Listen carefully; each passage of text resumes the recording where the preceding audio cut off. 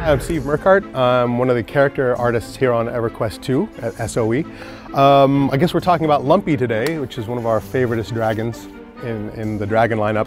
Lumpy was born because Dave Brown, our lead character guy, was really wanting to see a dragon that we didn't have in the game, something low to the ground and stocky. All of our dragons are really sinewy and really cool and muscular looking and agile looking, but we kind of wanted one that might just look like a beast, something that would block a doorway. So we ended up with this concept of an ankylosaurus, kind of a dinosaur sort of dragon that you would just have to beat on because it's so tough.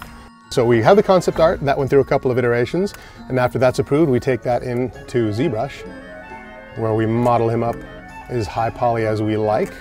And then since that's way too high poly to put in the game, we export out a lower poly mesh. So it's a little more manageable in the game. And then my other job, paint it up, get it all ready with all the textures and everything. Get that set to go, make other versions. There's a couple of different versions of him. And after I'm done and praying that somebody will make this into a plushy stuffed animal, I send it on over to Chris.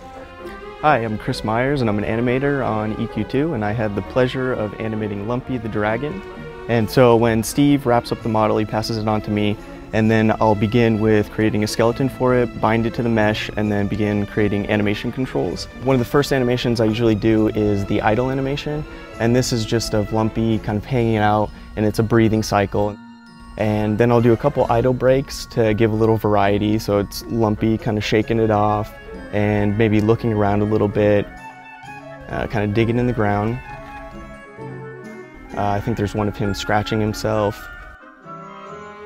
Once his idles are done, I'll get right into some locomotions. So I'll do a flying animation and try to keep him heavy. And over here we have his nice heavy run cycle, walk, a little slow.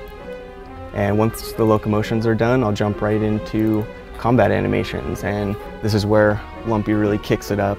I try to give him a nice variety, nice suite of attacks, so he'll have a nice roar attack, maybe a stinky dragon breath attack, a couple wing stabs, just anything to keep him active and keep him exciting for the players. Fingers are crossed that a player out there will make a plushie for Lumpy, or during fanfare somebody will come dressed as Lumpy, where everyone on the art team is very excited about that possibility.